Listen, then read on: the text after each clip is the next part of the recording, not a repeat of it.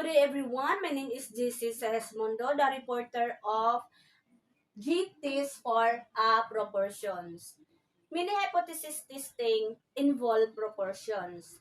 From previous terms of statistics, we know that the proportion is the same of as a percentage of the populations. In hypothesis tests involved a population proportions. There are only in, in two outcomes and the probability of a success does not change from trial to trial. So let's move the formula of G test for proportion. G equals P hat minus P over square root P Q over N. Whereas P hat equals X over N, and this is a sample proportion. P is a population proportion, and N is a sample size. So P hat from the sample value is observed values, and P is the expected value, and this is a hypothesized population proportion. And square root PQ over N, and this is a standard error. Example, people are trying to avoid trans fats. Dietitians claims that 60% of people are trying to avoid trans fats in their diets. And she randomly 200 people and found that 128 people state that they were trying to avoid trans fats in their diets. At A equals 0.5, is there enough evidence to reject the dietitian's claims? So let's solve step by step. So step 1, state the hypothesis and identify the claims. So since the null hypothesis P was 0.60%, and this is a claim. And alternative hypothesis P 0.60%. Step 2. Step 2 is find the critical value. Since A was 0.05 and the critical value is total. So the critical value is the critical value are 1.96. A over 2 equals 0.025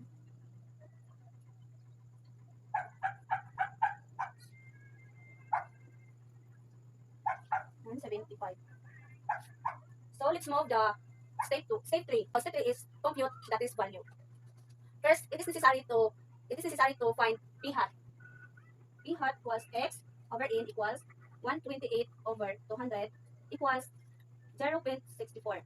And the Q was, the P was 0.60 and Q is 0.60 equals 0.40.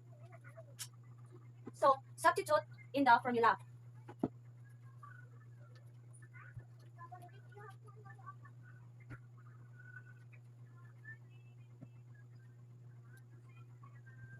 P hat G equals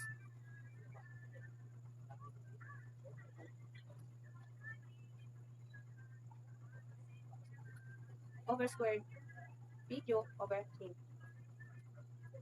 So 0.60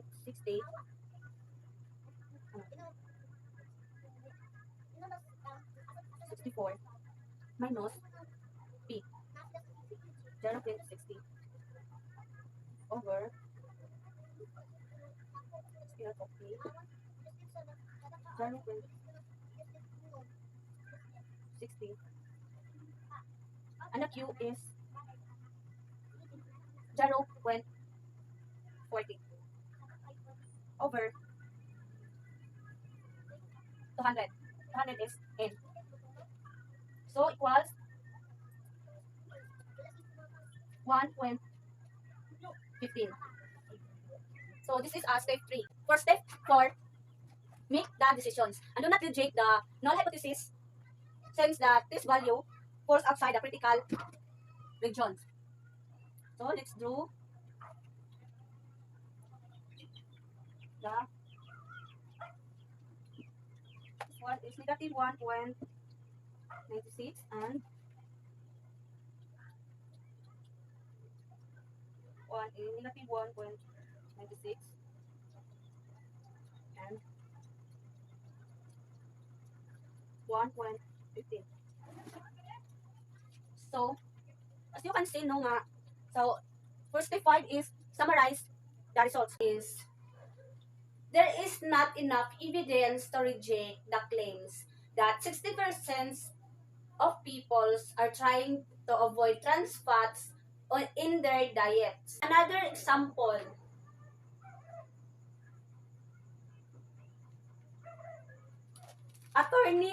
advertisement. An attorney claims that more than 25% of all lawyers advertise. A sample of 200 lawyers in a certain city showed that 63 had used some form of advertising. At A equals 0.05 is there enough evidence to support the attorney's claims? So use the p-values method. So step 1 is state the hypothesis and find the claims. So null hypothesis p equals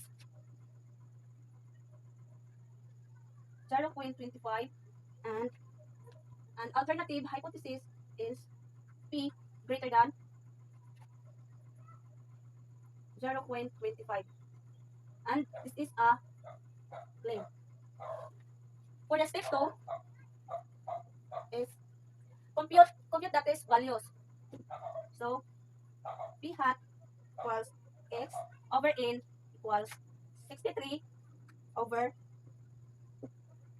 200 equals 0.315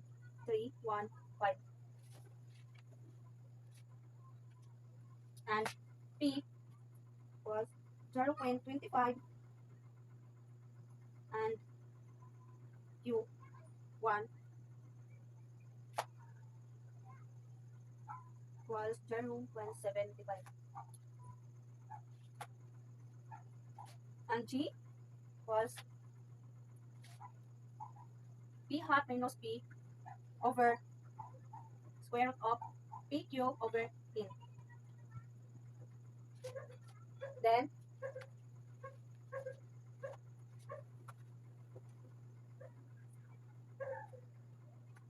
substitute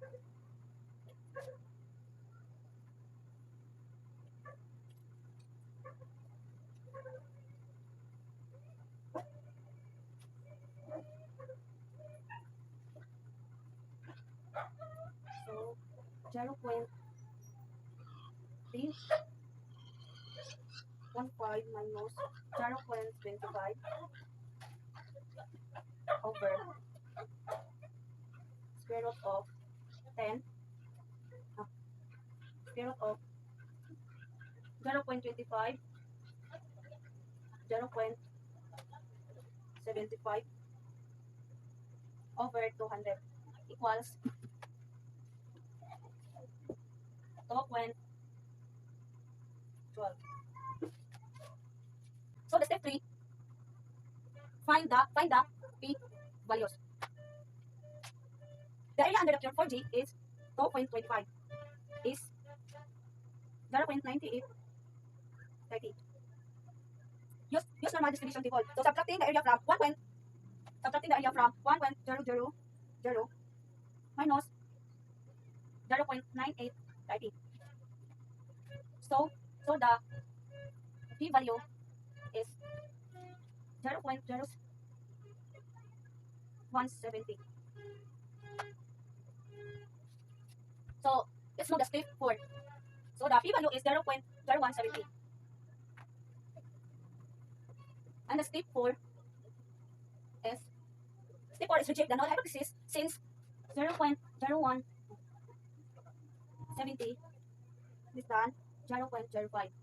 And that is a p value. P value is 0.05. So, the step 5 is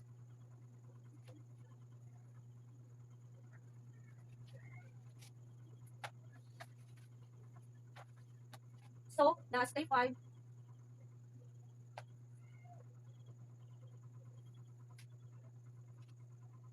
is 0.25.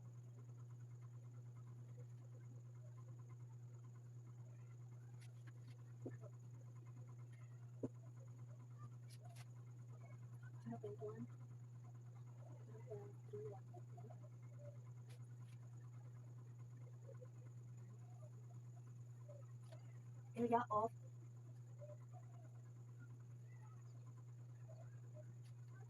area 0.0170 and area of 0.05.